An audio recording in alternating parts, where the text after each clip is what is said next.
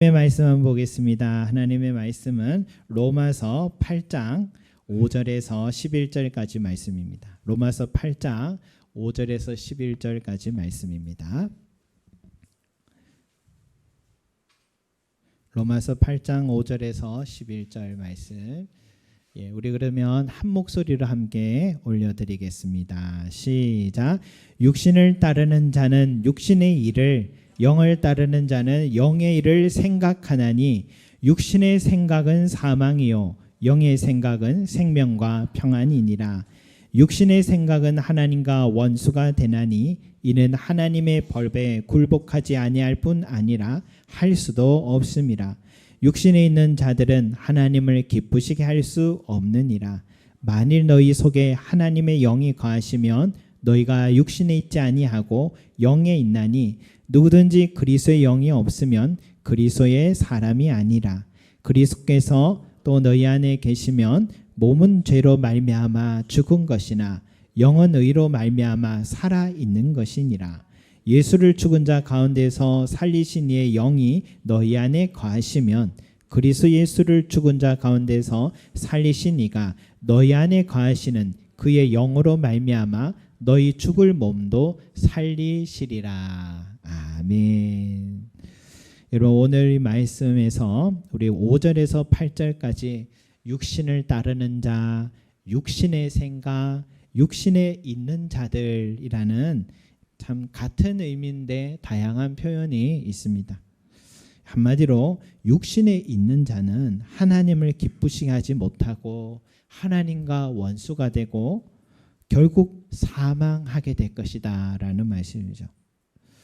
여러분, 왜 육신의 생각은 사망에 이르게 하는 걸까? 우리 육신의 생각이 뭔가? 이 바울이 갈라디아서 5장에 육신의 생각에 대한 정의를 이렇게 내렸습니다.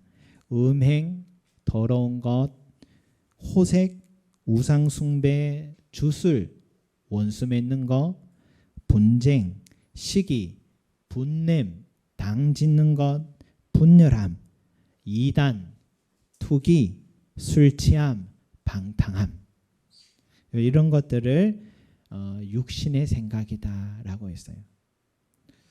현재 일어나고 있는 이 국가적인 지금 전쟁들 보면 그 속에는 육신의 생각의 종합 세트다라고 말할 수 있겠죠.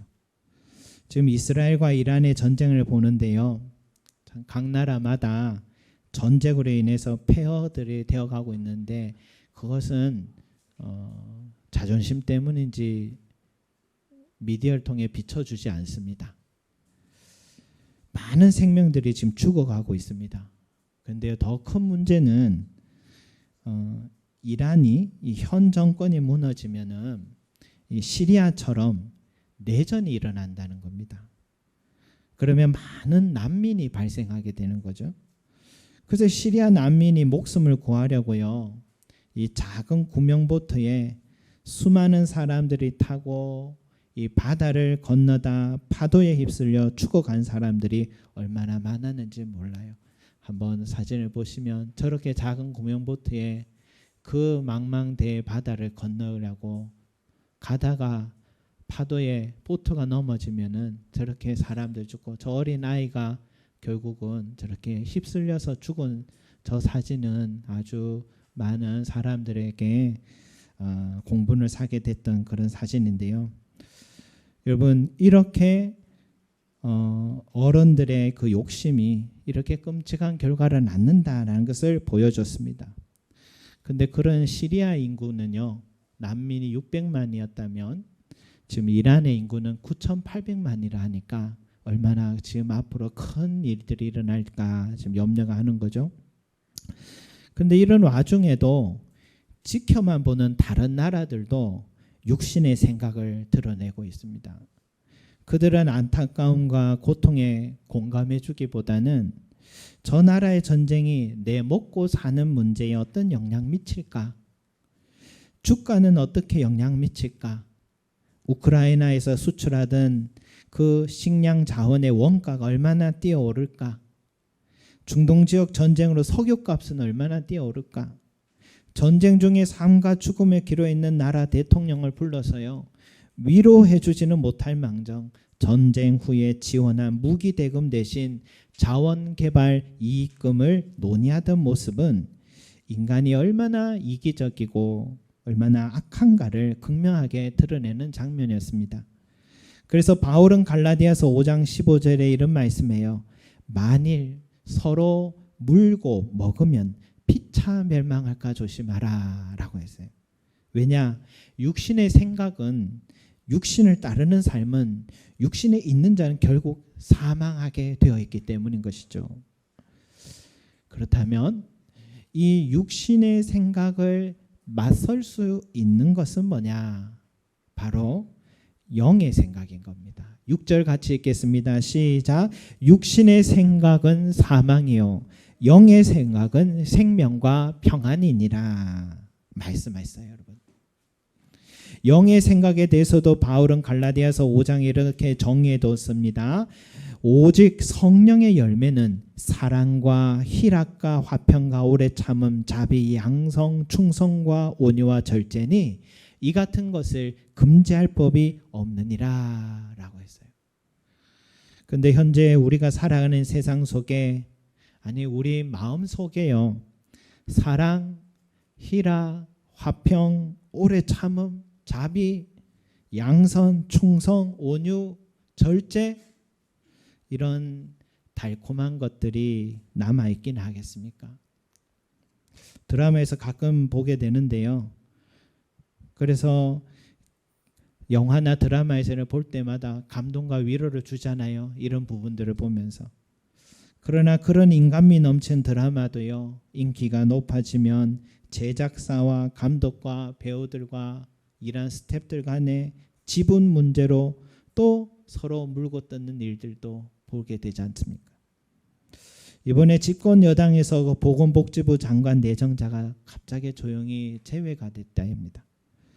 그 내정자는 코로나 시절에 전국민 방역에 최선두에 서서 대통령의 말처럼 신뢰받았던 사람인데, 그래서 여야할 것 없이 그가 보건복지부 장관 되는 것은 반대할 사람은 아무도 없었습니다. 근데 갑자기 제외가 됐대요. 이유는 코로나 시절에 본인이 방역 마스크를 사용할 것을 권고할 때 국가에서 지정한 그 회사에 자기의 남편이 주식 투자를 해서 많은 이익을 얻었다는 사실이 드러났기 때문입니다. 이 사람을 헌담하라는 게 아니라 우리가 선하다 생각한 몇 안 되는 사람도 다 그 속에는 영의 생각보다는 육의 생각을 더 앞서고 있다는 것을 말씀드리고, 여기 있는 저와 여러분들도 다르지 않다라는 것을 말씀드리는 것입니다. 그렇다면 여러분, 우리 인간은요, 결국 생명과 평안이라는 영의 생각에 미치지 못하고 육신의 생각에 치우쳐서 사망에 이르게 되는가? 현상적으로 보면 그럴 가능성이 가장 높습니다. 그래서 바울이 오호라 나는 공고한 사람이로다, 누가 이 사망의 몸에서 나를 건져내랴 라고 탄식을 한 것이죠. 하지만 성경은 우리에게 영의 생각을 따를 수 있는 가능성을 여전히 남아있다라고 말씀해주고 있습니다. 9절을 같이 읽겠습니다. 9절 시작. 만일 너희 속에 하나님의 영이 거하시면 너희가 육신에 있지 아니하고 영에 있나니 누구든지 그리스도의 영이 없으면 그리스도의 사람이 아니니라. 여러분, 우리가 영의 일을 생각하면 하여서 생명과 평안을 얻는 조건이 있는데, 그건 뭐냐? 어떻게 가능하냐? 만일 너희 속에 하나님의 영이 거하시면이라는 것입니다. 여기서 영은 성령을 말하는 겁니다. 성령 하나님이 우리 속에 거하시면 우리가 생명과 평안의 길을 얻을 수 있다는 것이죠. 성경에서 하나님의 영이 거하셔서 생명과 평안의 길을 얻었던 사람들을 생각해 보면 사마리아 여인이 생각나요. 남편이 5이나 있었습니다. 남편이 사별을 하든 또한 이혼을 하든 한두 번 정도는 재혼할 수 있겠지만 이 5이다. 이건 좀 여자의 내면에 복잡한 문제가 있다라고 볼 수 있겠죠. 그것도 가장 뜨거운 정오 시간에 우물가에 물을 떨어왔다는 것은 사람들과의 관계가 단절됐다는 걸 말합니다. 이제 여자의 삶이 어떻게 될지는 이제 시간 문제입니다. 그런 여자에게 우연을 가장해 예수님이 찾아오셨습니다. 예수님과의 대화를 통해 그녀의 마음속에 성령이 임하기 시작했어요. 그리고는 들고 있던 물동이를 던지고는 마을로 내려가서 자신이 만난 예수님을 전하며 생명력 넘치는 인생으로 변화된 사마리아 여인이 성경에 나옵니다. 또 한 사람은 삭개오입니다. 키가 작고 사람이 많아서 뽕나무 위로 올라갔습니다. 자기 동네를 지나시는 예수님 보기 위해서요. 세리는 유대 사회에서는 종교적으로나 사회적으로 죄인이어서 가는 곳마다 돌을 던져 욕을 들어야 됐는데 삭개오는 세리 중에서도 세리장이었습니다. 키가 작아서 사람이 많아서 뽕나무 위로 올라간 줄 알았지만 그 누구도 그에게 양보해주는 이가 없는 사회적인 단절과 고립된 인생을 말해주는 겁니다. 사람은 사회적 존재입니다. 돈을 많이 벌면 사회 지위가 높아지면 사람이 자기에게 다가올 줄 알았더니 그는 잘못 판단한 겁니다. 그의 마음에도 점점 시들어가고 있습니다. 엄청난 내면의 갈증, 영적 갈증이 생겼습니다. 그도 살고 싶었습니다. 그때 뽕나무 위에 있던 가난한 영혼을 보신 예수님이 그 집에 찾아가 주셨습니다. 어쩌면 이미 예수님은 그 영혼의 갈증을 알고 계셨는지도 모릅니다. 그도 예수님과의 짧은 대화를 나눈 후에 성령이 임하셨고 그는 이렇게 고백합니다. 주여 보시옵소서 내 소유의 절반을 가난한 자들에게 주겠사오며 만일 누구의 것을 속여 빼앗은 일이 있으면 내 갑절이나 갚겠나이다. 예수님이 이렇게 말씀하셨어요. 오늘 구원이 이 집에 이르렀으니 이 사람도 아브라함의 자손이미로다. 그의 삶에 생명과 평안이 임한 것입니다. 사람은 안 변한다. 이건 세상 정설이고 우리가 경험한 바입니다. 나 자신을 봐도 참 안 변합니다. 변해도 육신의 일을 더 생각하는 방향으로 강화되지 영의 일을 생각하는 방향으로 전하는 어려운 것 같습니다. 하지만은 성경에 성령의 열매가 맺어 변화된 인생으로 다 나열되어 있어요.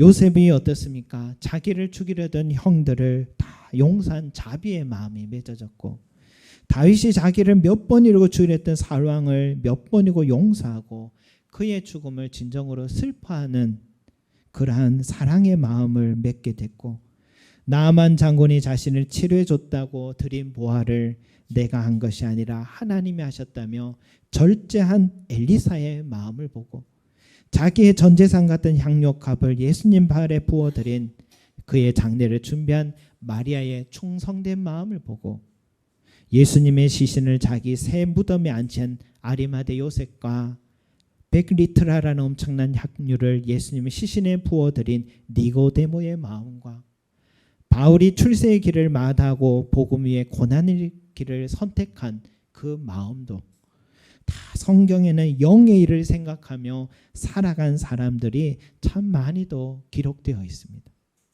여러분, 사람은 변합니다.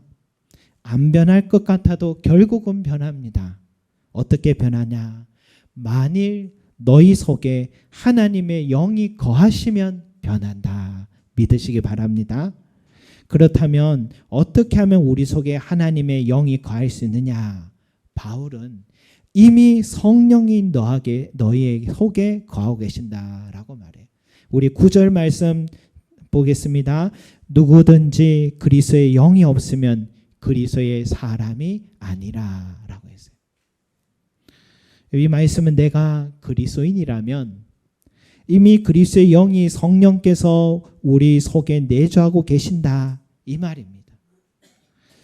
내가 그리스도인인지 아닌지 진단은 간단합니다. 신앙 고백입니다.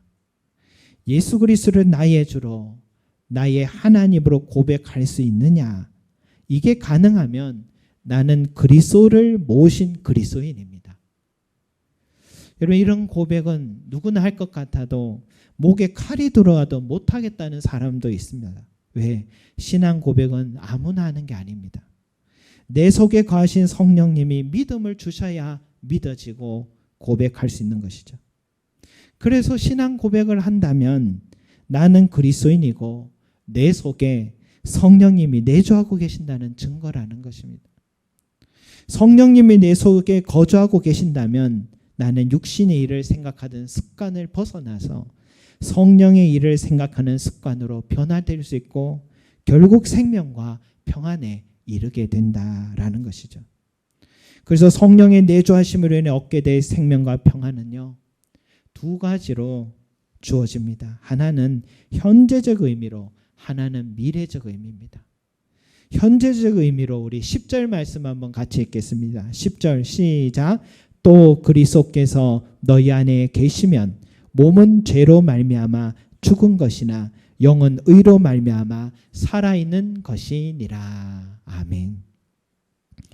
여러분, 현재 우리가 살아있는 동안에요, 내 속에 변화가 일어나는데 이것을 첫 번째 변화라고 할 수 있겠습니다.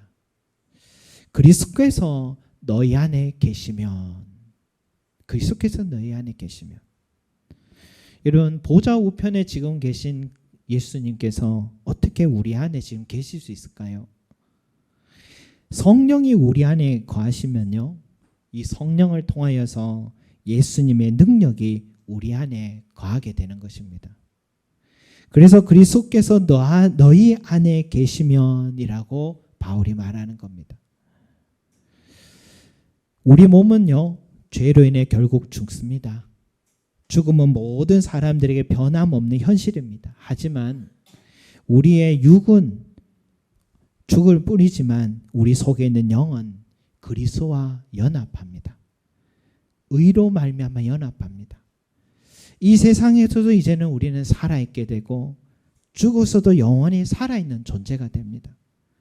우리의 영이 그리스도와 연합된다. 이게 이 현실에서 살아가는데 엄청난 능력을 갖게 해준다는 것이죠. 전에는요, 내 의지로 육체의 정욕, 안목의 정욕을 이길 수가 없었습니다. 그렇지만 예수님과 연합된 사람은요, 육체와 함께 그 정욕과 탐심을 십자가에 못 박았기 때문에 이제 이미 육신의 생각은 무너졌고요, 내 속에 영의 일을 생각하는 마음이 계속 이겨가고 있는 것입니다. 그래서 이제는 육신의 일을 생각하면 불편한 마음이 먼저 찾아옵니다.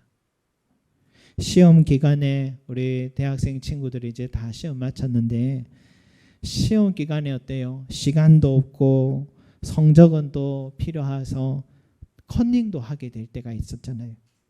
전에는 이게 아무렇지 않은데 이제 마음이 불편해지기 시작하는 거예요. 여러 모양으로 사회 직장 일을 하다 보면 이 로비를 받게 될 직업군도 있을 수 있잖아요. 전에는 그게 당연하고 달콤했는데 이제는 이게 마음이 불편해지기 시작하는 겁니다.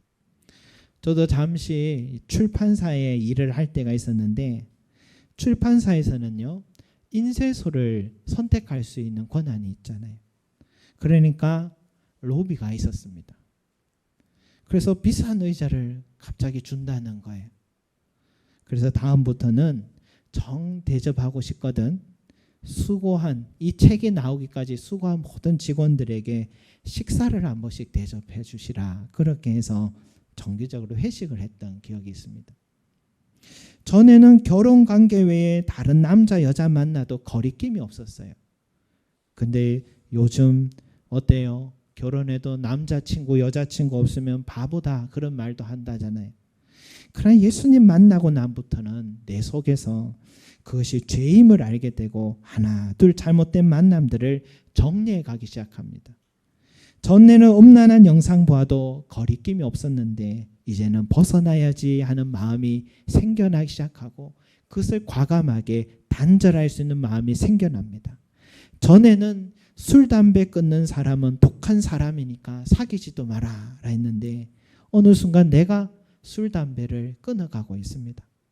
성경에 우리 몸이 거룩한 성전이다 배웠기 때문에 전에는 답답한 문제가 생기면 용하다는 점집에 찾아가서 친구와 함께 가기도 했는데 주술과 우상 숭배가 큰 죄란 걸 깨닫고 이제는 발길을 끊고 어려운 일이 있으면 기도하기 위해 성전을 찾아옵니다. 전에는 스트레스를 받으면 절대 없이 쇼핑을 했는데 지금은 물질의 주인이 하나님이심을 알고 선한 일에 사용합니다.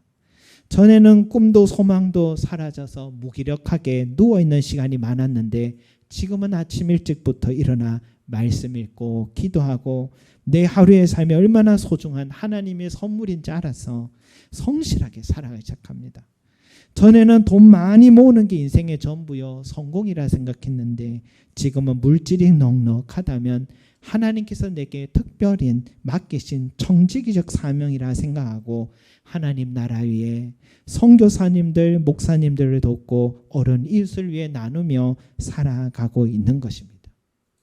여러분 이것이 어떻게 일어난 것이냐 어떻게 이런 일이 일어나느냐 우리 하나님 말씀 한번 보겠습니다. 갈라디아서 5장 24절 우리 앞에도 있습니다. 함께 읽어보겠습니다. 시작. 그리스도 예수의 사람들은 육체와 함께 그 정욕과 탐심을 십자가에 못 박았느니라. 아멘. 십자가의 모든 정욕과 탐심을 함께 못 박았기 때문에 내가 예수를 믿음으로 내가 예수님께서 십자가에 못 박히신 것처럼 나의 모든 정욕과 탐심도 같이 못 박혀 죽게 되었기 때문인 것입니다. 그래서 바울은 갈라디아서 2장 20절에 이런 말씀을 합니다. 함께 읽어보겠습니다. 시작. 내가 그리스도와 함께 십자가에 못 박혔나니 그런즉 이제는 내가 사는 것이 아니요 오직 내 안에 그리스도께서 사시는 것이라. 이제 내가 육체 가운데 사는 것은 나를 사랑하사 나를 위하여 자기 자신을 버리신 하나님의 아들을 믿는 믿음 안에서 사는 것이라. 아멘. 이제는 내가 사는 게 아닙니다. 아니 내가 살 수도 없습니다. 내가 살아보려고 하니까 자꾸 육체의 법만 따를 뿐입니다. 이제는 내가 사는 게 아니라 내 속에 거하시는 그리스도께서 사시는 것입니다. 이제는 성령의 내주하심으로 예수 그리스도의 능력이 내 영혼과 연합했다라는 것입니다. 이제는 내가 아니라 내 안에 계신 그리스도의 능력으로 이 삶을 살아가고 그리스도의 능력을 우리가 의지하면 모든 것을 할 수 있는 자가 되는 것을 믿으시기 바랍니다. 그러니 여러분 나는 안 돼. 번번이 노력하는데 난 늘 실패해서 난 할 수 없어. 난 항상 제자리야. 자신을 재단하지 마십시오. 내 안에 계신 그리스도께서 지금 살아계십니다. 이제는 그 능력을 믿는 믿음으로 우리는 살아가야 합니다. 그리스도의 능력은 능치 못함이 없습니다. 바로 그 능력을 힘입어서 나는 변화된 삶을 살아가게 되는 것입니다. 더불어서 내 안에 계신 예수 그리스도의 능력은 미래에 있는 내 삶에 영원한 삶에도 영향을 미칩니다. 11절 같이 읽겠습니다. 시작. 예수를 죽은 자 가운데서 살리신 이의 영이 너희 안에 거하시면 그리스도 예수를 죽은 자 가운데서 살리신 이가 너희 안에 거하시는 그의 영으로 말미암아 너희 죽을 몸도 살리시리라. 아멘. 예수께서 죽은 자 가운데서 다시 살아나셨듯이 예수님과 연합한 저와 여러분도 죄로 말미암아 언젠가 육신은 죽지만 영은 살아있고 예수님께서 몸의 부활을 하셨듯이 나도 몸의 부활을 하게 된다라는 말씀입니다. 예수님을 죽은 자 가운데서 다시 살리신 성부 하나님께서 나도 죽은 자 가운데서 나를 다시 살려주신다 약속하신 말씀입니다. 그래서 예수님은 마르다에게 이렇게 말씀했습니다. 한번 앞에 말씀 볼까요? 시작. 나는 부활이요 생명이니 나를 믿는 자는 죽어도 살겠고 무릇 살아서 나를 믿는 자는 영원히 죽지 아니하리니 이것을 내가 믿느냐. 아멘. 이렇게 물으실 때 저와 여러분 어떻게 대답하시겠습니까? 마르다는 이렇게 대답했습니다. 주여 그러하외다.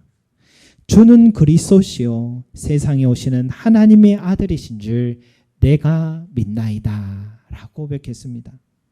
이 신앙의 고백이 저와 여러분의 고백이 되기를 소망합니다. 이 땅을 살아가는 동안에 항상 예수 그리스도의 능력으로 말미암아서 육신의 생각을 넘어 영의 생각으로 충만해지고 변화된 사람이 되어 세상의 빛과 소금이 되고 하나님께 영광을 돌리는 삶이 되시기를 소망합니다.